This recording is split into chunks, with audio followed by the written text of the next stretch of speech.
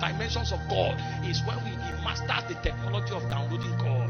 And he said, they that wait upon the Lord, they mount up with wings like the eagles. They begin to run and they don't faint. They walk, they are not weary. Why? Because the everlasting God fainted not, neither is he weary. So when you begin to pray, something begins to happen to your soul. The dimensions of God become your reality.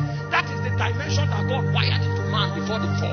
The Bible said in Genesis chapter 2 verse 19 that the names that Adam called the animals, that was the name that was. That is because in the charter of heaven, all the animals before they were created were already named.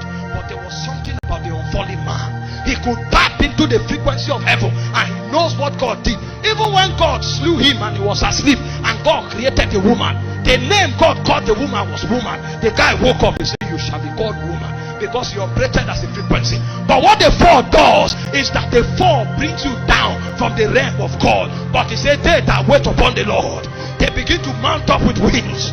They begin to mount up with wings like the eagles. They run, they are not weary. They walk, they don't faint. What happens is that the immortal dimensions of God begins to enter their chambers. That's when a stammerer can come and speak and the night turns red. The stammerer can come and speak and quails fill the land. The stammerer can show up and say, have no respect unto their prayers.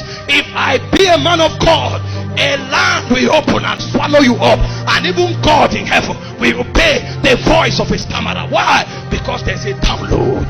Joshua shows up and he said, let the sun stand upon the mountains of Ajalo, let the moon retain upon the valleys of Gibeon. And he said the sun did not make haste to go down. In the day that God hearkened to the voice of a man, he said that day have never existed and it will never be. Why? Because a man mastered the intelligence of download.